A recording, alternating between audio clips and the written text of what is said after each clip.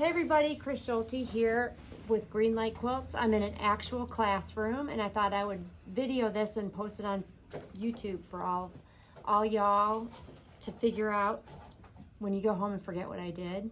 I'd like to show you a little applique prep technique. And actually I had a couple requests for this last weekend in Wisconsin. People asked, how did you do that? Well, this is how. So I'm going to turn under the edges of a little applique piece. And what I did was I took the pattern and traced it on to freezer paper. See that? Easy peasy. I cut it out on the line. And then notice that I pressed the freezer paper on the diagonal, on the top of the fabric, which is unusual, and you'll see why I do that in a minute. And so when you cut it out, of course you have to use your famous carrot cake scissors. And we are going to cut out, and don't kill me, but this is at 3/16 of an inch. Think of it as a little bit less than a 1/4 inch and a little more than an 1/8. And when you do it a gajillion times, you get that perfect little. A 1/4 inch tends to be a little too much. An 1/8 is a little too less. Okay, everybody with me? Easy peasy. See? Okay, now this is really important. We're gonna press, and we are gonna press the entire seam on the end. So the distance here of your seam is gonna be the same distance all the way down. I don't understand that. I'll show you. Come over here, Joy. Come on over. Okay, so old knitting needles work great for this too.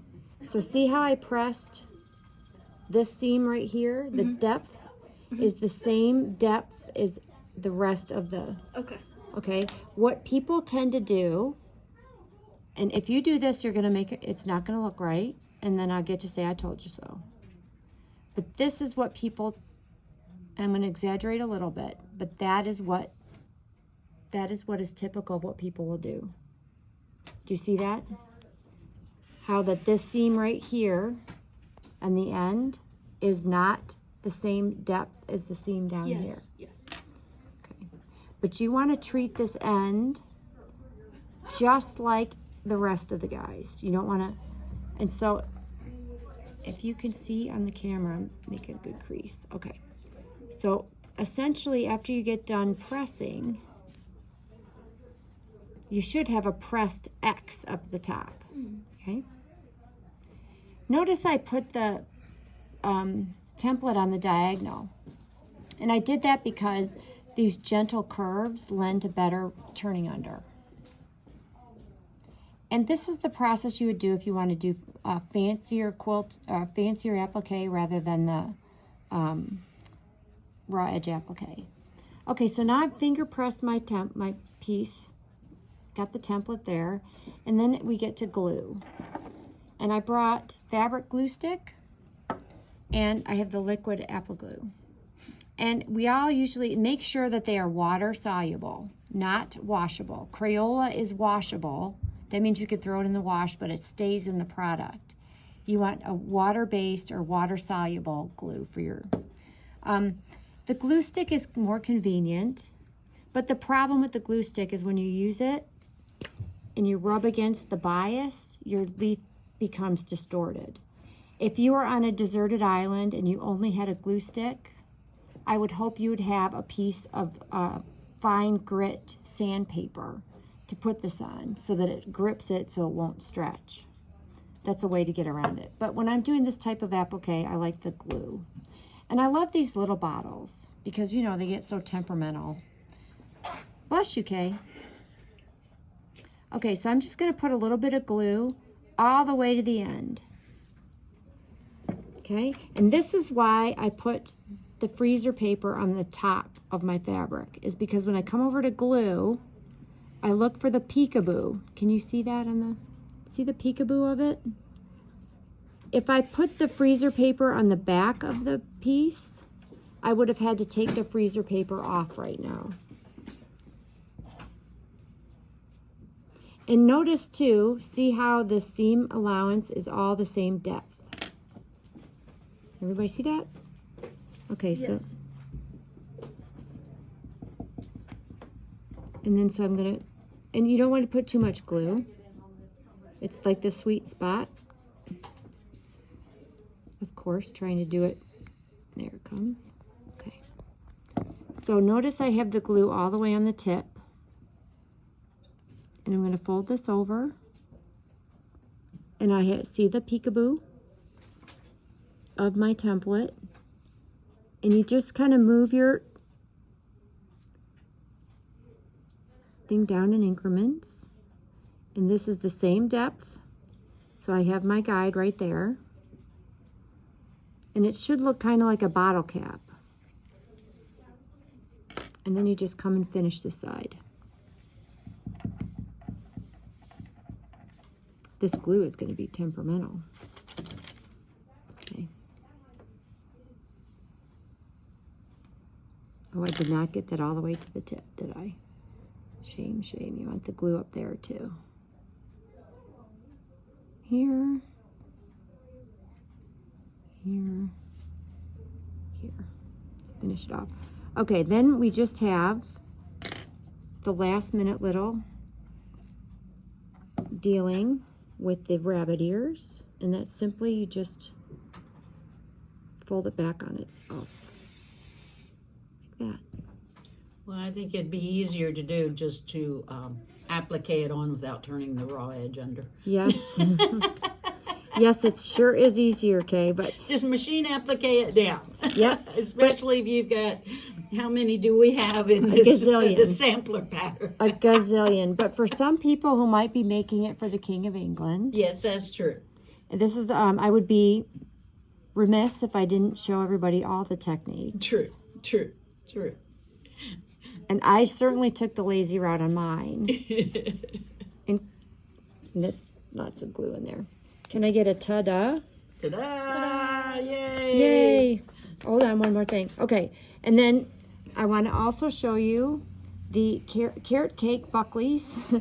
Karen K. Buckley's Perfect circle. perfect circles. Thank you.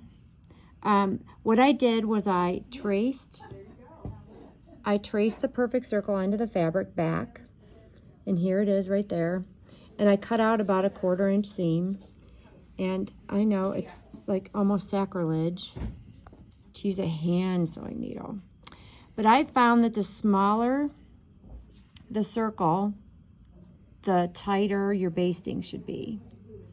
Yes. And the bigger the circle, I actually put my machine on a basting stitch and run it around.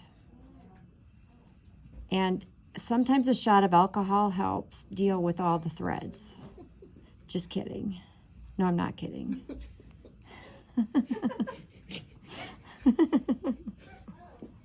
But not if you're like, stressed out or whatever. And if you're in Michigan and you have access to gummies, that's even better.